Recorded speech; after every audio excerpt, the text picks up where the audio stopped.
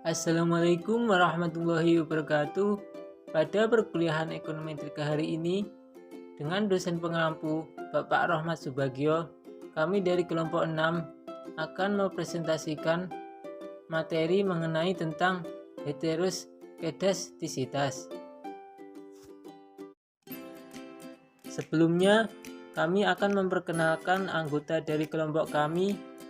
Yang pertama ada Sri Wahyuni, kedua Dia Fadila Rahmawati, dan ketiga Reza Lutfia Yuliansyah. Pengertian heteroskedastisitas. Salah satu asumsi model regresi linear klasik agar penaksir-penaksir parameternya bersifat blue based linear unbiased estimator adalah varian dari ralat error term haruslah konstan. Nilai rarat suatu model adalah konstan dinotasikan sebagai variabel UI sama dengan sigma I kuadrat dalam kurung I sama dengan 1, 2, N.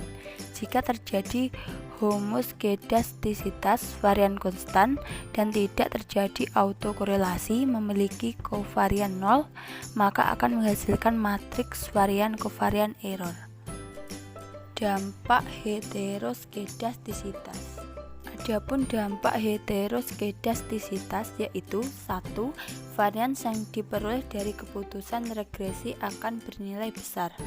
Kedua, karena varian taksiran bernilai besar, maka uji T dan uji F akan kurang tepat.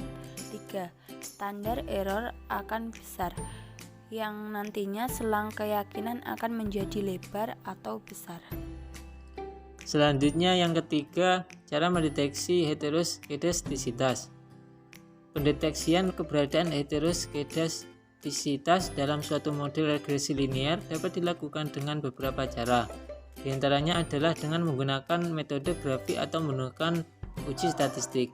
Uji statistik yang dapat digunakan untuk mendeteksi heteroskedastisitas antara lain uji Goldfield-Quandt, uji White, uji korelasi Rank-Spearman, uji Park, uji Gleitsier, dan uji Bruce-Bagan-Guthrie.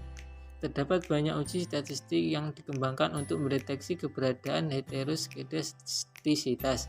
Namun di sini hanya akan dibahas metode yang paling populer, yaitu uji Bruce-Bagan-Guthrie. Metode grafis menurut Gujarati, jika tidak ada informasi alfa priori atau empiris tentang heteroskedastisitas dalam praktik, kita dapat melakukan analisis regresi pada asumsi bahwa tidak terdapat heteroskedastisitas dan melakukan pemeriksaan terhadap sisaan kuadrat mu omega kuadrat I untuk melihat lebih lanjut apakah ada pola sistematis. Bruce-Bagan-Guthrie tes ini melibatkan langkah-langkah berikut. A. Perkiraan regresi OLS dan dapatkan kuadrat residual OLS epsilon I kuadrat dari regresi ini. B. Epsilon I kuadrat pada capai regresor yang termasuk dalam model. C. Hipotesis 0 di sini adalah bahwa varian galat. D. Menggunakan statistik C kuadrat. Selanjutnya adalah cara mengatasi heteroskedastisitas. Varian dari ralat error tidak konstan merupakan suatu permasalahan yang harus diatasi pada model. Ada dua pendekatan yang secara umum digunakan untuk mengatasi atau mengurangi masalah heteroskedastisitas pada model. Pendekatan pertama yaitu jika diketahui varians dari UI atau varians UI sama dengan epsilon UI kuadrat sama dengan gamma kuadrat, tetapi pada umumnya varians UI tidak diketahui. Model regresi YI sama dengan beta 1 plus beta 2 X 2I plus UI. Langkah-langkahnya adalah sebagai berikut. Yang pertama, transformasikan model asal dengan membagi model asal dengan gamma I. YI per gamma I sama dengan beta I per gamma I plus beta I X 2I per gamma I plus UI per YI. Yang kedua, sederhanakan model. YI bintang plus beta I bintang plus beta 2 X 2I bintang plus VI, di mana YI bintang sama dengan YI per gamma I, beta I bintang sama dengan beta I per gamma I, beta 2 X 2I bintang sama dengan beta I X 2I per gamma I, dan VI sama dengan UI per gamma I. Yang ketiga, buktikan model yang baru tidak memiliki masalah heteroskedastisitas dengan meninjau nilai varian VI sama dengan epsilon VI kuadrat. Bukti epsilon VI kuadrat sama dengan epsilon UI per gamma I kuadrat sama dengan epsilon UI kuadrat per gamma I.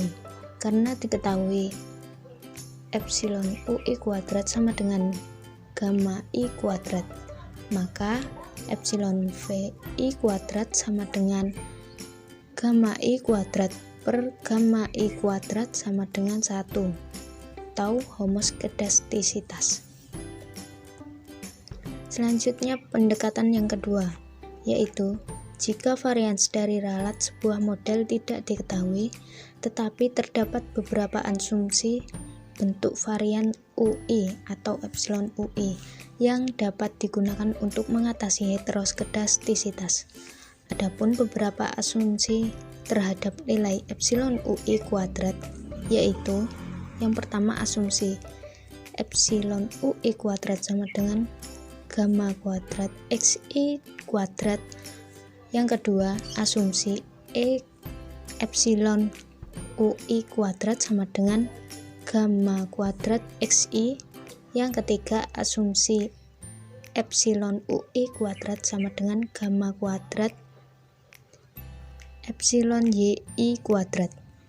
Selain dua pendekatan tersebut, untuk mengatasi masalah heteroskedastisitas, ada satu cara lagi yang disebut transformasi model dengan log atau logaritma biasa atau LN, logaritma natural.